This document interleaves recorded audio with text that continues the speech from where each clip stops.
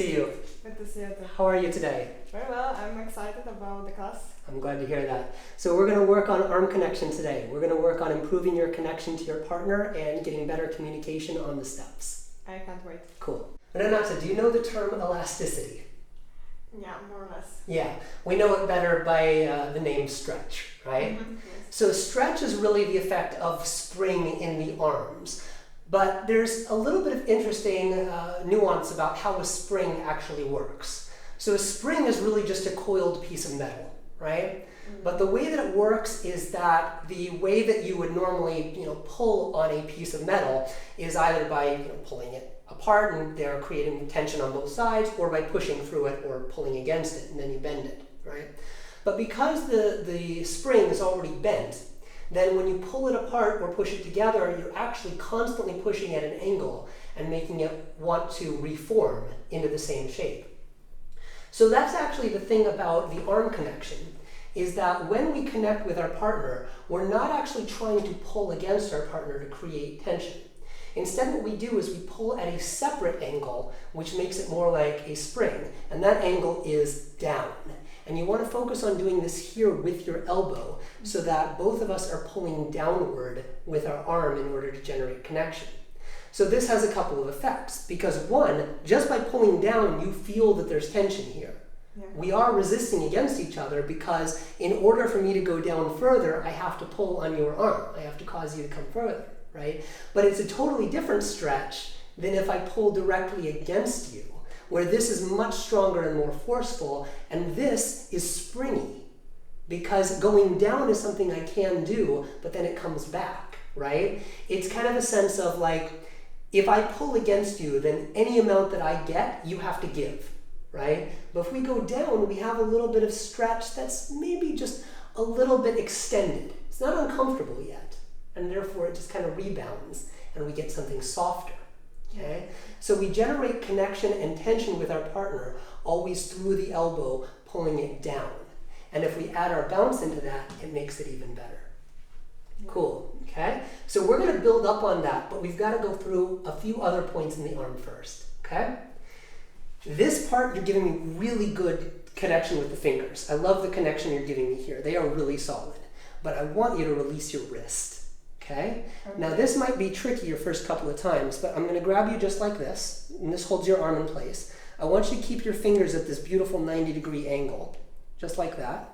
And so when I pull on your fingers, that you don't let me go, but I want you to allow me to bend the wrist so that I can still pull on your fingers in different directions. Oh, that's very nice. Yeah. Good, okay? Try not to stare at your hand, right? Okay. If you're thinking about it like, oh, it's a problem to solve, I have to get it right, I don't even want you so focused on this. I want the wrist really totally relaxed, but the fingers constantly hooked and ready to connect. This actually makes a huge difference on a lot of it, because even when we're dancing normally, the wrist might not bend so much, like on a swing out, if I ask you to come forward or to do a rock step. But if I ask you to turn, I am going to try to move the wrist first. Like the hand bends at a certain angle before the rest of you does. And that gives you the chance to build up the turning energy before you actually start to move. But I can't have you losing the connection to my hand. So the hook is permanent, but the wrist is relaxed. Okay. Does that feel different? Is that kind of a weird feeling? That is much different. I never thought about this. It's a very unusual feeling, because the idea of maintaining relaxation and then tension past the relaxed point is very unusual for our bodies. It comes with not so much practice. Your body just has to get used to the idea that this just stays strong, and then you can relax your wrists. But it is unusual the first couple of times, right? Especially if you work with the mouse and with the computer. Absolutely, absolutely. The same rule actually applies to the elbow too. So the elbow is also loose. We pull it down, but we're not actually trying to tighten the joint itself. All we're trying to do is push the elbow lower to create stretch, but it's still soft. Ah, that's very nice. Good, okay? Now, here's the big one. Ready for the big one? Yes. There is a distinction between your shoulders and your shoulder blades. and they actually do different things in the dance. So the first thing I want to do is I want to check and see if we can separate them, okay? So I want you to turn this way for me, right here. I'm going to put my hands right here on your shoulder blades, and I'd like you to lift my hands up and down. Okay. Yes, just like that. Very good. One more time. Up and down. So your back muscle is fully engaged here. Lift my hands up and down. Very nice. Good. Now, here's the tricky part. I want you to lift this hand without lifting this hand. Good. One more time. Beautiful, beautiful separation. This hand isn't moving at all. That's exactly what we want, right? So turn back to me.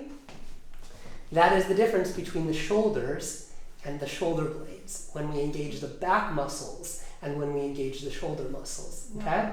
You had a very nice sense of this. The general rule that I use in order to track this is, again, kind of lifting my arm or my elbow rather than trying to lift my shoulders. If I lift my shoulders, it often comes through my back, but I know that my back is not actually lifting my arm.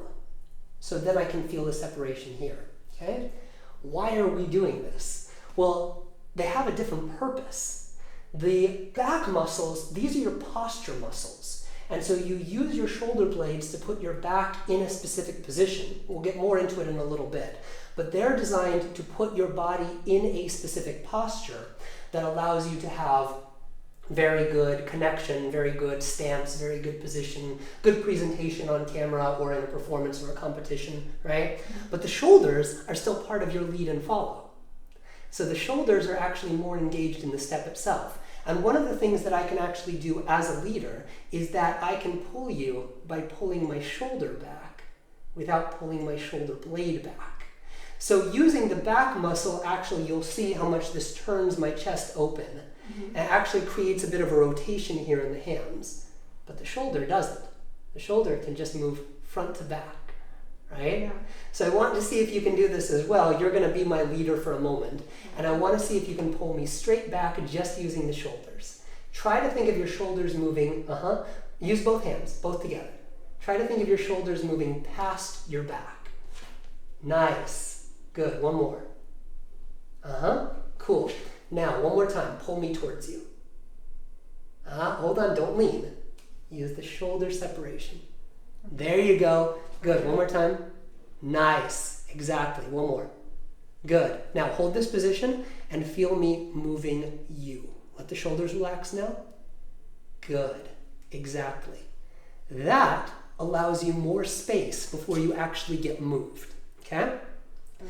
So, there's a very important concept about connection in Lindy Hop when you're connecting to your partner, when you are following, which is that you actually don't have to rush it. Now, some people will actually use the concept of followers stay a little bit behind the leader. I don't actually follow that particular philosophy as much. I think that it's a bit more vague than that. What you are doing is you are staying on the beat and you're staying connected with the music, right? Now, how do we express the beat in Lindy Hop? Oh, good question. By bounce? Exactly. Yes. We bounce on the beat. And we also step on the beat, right? 1, 2, 3, 4. Yeah? So that's how we know that we're staying on track with the music, and that's how we keep a good speed. But in terms of when you actually move towards your partner or away from your partner or rotate, whatever your leader is asking for, does not have to be at that same specific time. So as long as you have the bounce, then when you have this flexibility in your wrist, elbow, and shoulder, you can actually build up a little bit of force or a little bit of distance before you actually start your movement, okay? And there's a difference between being pulled and, oh, I feel my hand moving, and that's where I decide to go. So I want you to feel this one more time as a leader. So pull me towards you and tell me what you feel. It's like, I don't know how to express it, to be honest. Okay, then tell me what the difference is. Do it one more time.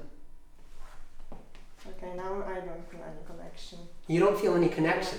See, this is the interesting thing, because it's not actually necessarily the type of connection that you're looking for. It is clear instructions, okay? So this is the thing. If you're taking my hand like this, and just move the hand around anywhere, right? You tell me if you can't get me to go where you want me to go. Keep going. Do you feel like I'm not following you? Oh, you're following my signs. But the connection is very soft, right? Yeah, exactly. It's not no connection. No connection, do it again, Okay. is this, That's right? true. So when we completely disengage our body from our hands, then of course we have a hard time following. We don't know what else to do, right? But having a little bit of disconnection between our hand and our body gives us more space without having to be forced. So I'll tell you what it feels like for me. When I have a follower that I'm pulling the hands and I feel that much resistance like we did first, I feel like I'm trying to move my partner's entire body. And no matter what, that's heavy. Doesn't matter if the follower is light or heavy. That's a person's body. That's heavy. That's a significant amount of weight, right? But instead, if I'm focused on just moving the hands, that's a lot less weight. That's almost nothing. But then it becomes the follower's responsibility to move where the hand is indicating you should go. So that is the feeling that, like, you've probably heard people tell the leaders before, don't force your partner. It's not force, it's instruction, right? Like, or I'm inviting my partner to go somewhere. That's exactly it. If I feel like I own your arm, and I can put your arm wherever I want it to go with no restriction, no resistance, then you own the rest of you. And anything I do to your arm doesn't force your body to move. But if you tighten your arm and you hold it, then anytime I move you, I have to control your whole body, and you don't get to own any of it. Does that make sense? Yeah, it makes sense. And I think I started to notice it recently, but more about by my side to hear the sign and to move by myself. That's exactly right. So I'm going to actually ask you to do a little exercise for me that's going to put your back in a very good shape. Grab your hands just like this. Bring your elbows together. Now, this is very important. I don't want you to turn your body, but I want you to swing your elbows back and forth. Okay? So try to move them around as much as you can, and I'm just holding you in place here. Good. Exactly. Okay? Now, leave your back where it is and drop your hands. Drop, drop, drop, drop, drop, drop, drop, drop, drop. Leave your back right where it is. Nice. This is good. Now, what I've done here is I've actually put your elbows a little bit in front of your body. Okay? And this has a little bit of the same effect that we're talking about forward and back, but now side to side. So if you're my leader and you push me to the side, when I'm here, you can see my arm immediately goes through my body. Mm-hmm. And now it feels like you have to move all of me. Mm-hmm. But now I've got a lot more freedom of movement. Now when I said that the shoulder blades are posture muscles, this is why. Okay? So one of the feelings that we have is we have this rounded back feeling in Lindy Hop. It's not something that's always talked about a lot, but if you watch some of the videos of high-level competition Lindy Hop and you really stare at their backs, you will never see their shoulder blades. Okay? The shoulder blades are always hidden. Okay? So put your hands on my shoulder blades for a moment. I'm making them very pronounced down. Right there. You can feel I'm making sharp shoulder blades, yeah? Mm-hmm. And now you should not be able to feel them. Yeah. Back has just gone smooth, right? That's true. This is our Lindy Hop posture. When we round out the back like this, we put our arms in a position where, number one, they're out and active. Very good for performance, right? Because we know if you want to look good on camera, don't do this, right? Like, this is a terrible position for Lindy Hop photos, right? We need the arms to be out, active, ready to move, okay?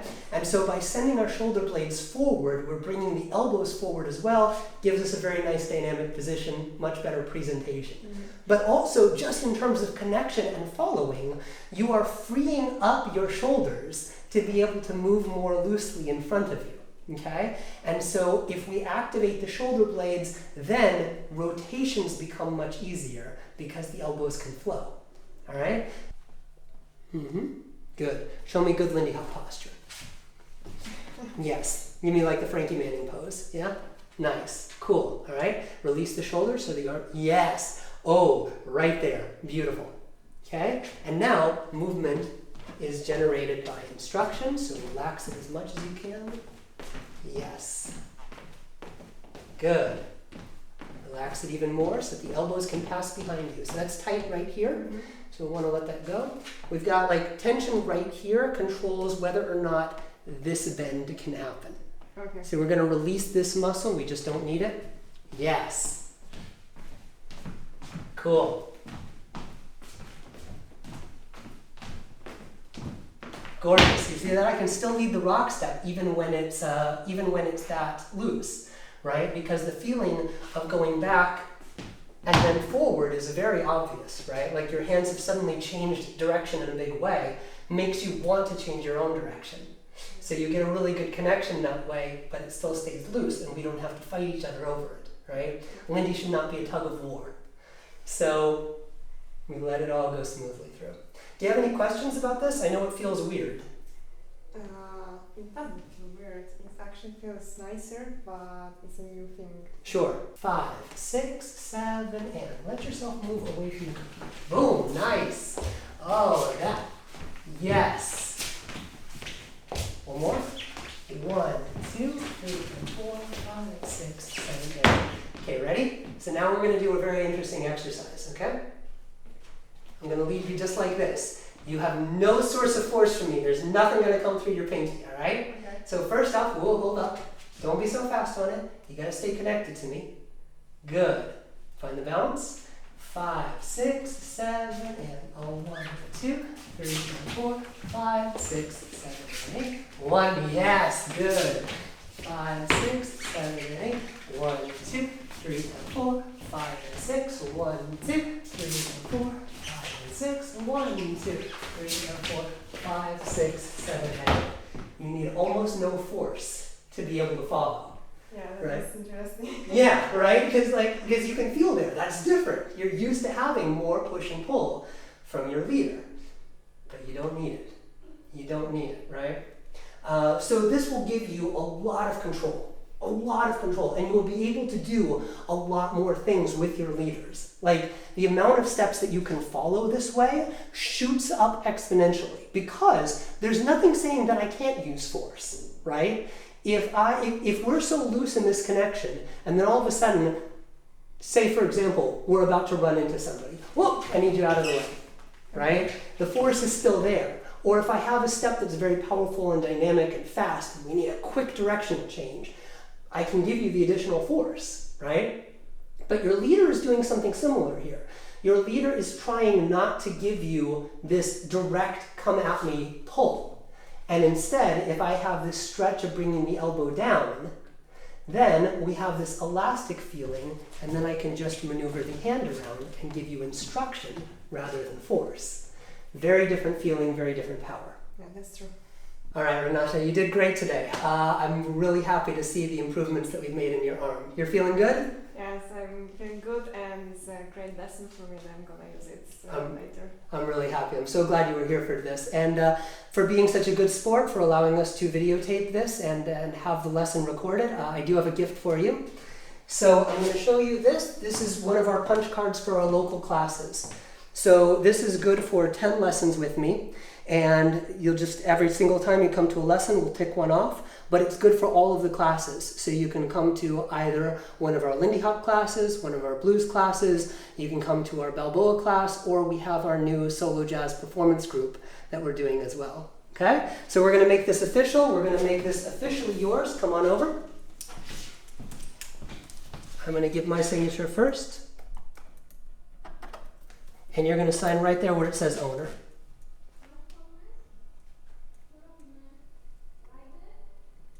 Awesome. And so this is always good for 10 lessons for 3 months. So we're going to make this good until November 1st. Okay? And that's yours to keep. Thank you. You did a great job, Renata. Thank you very much.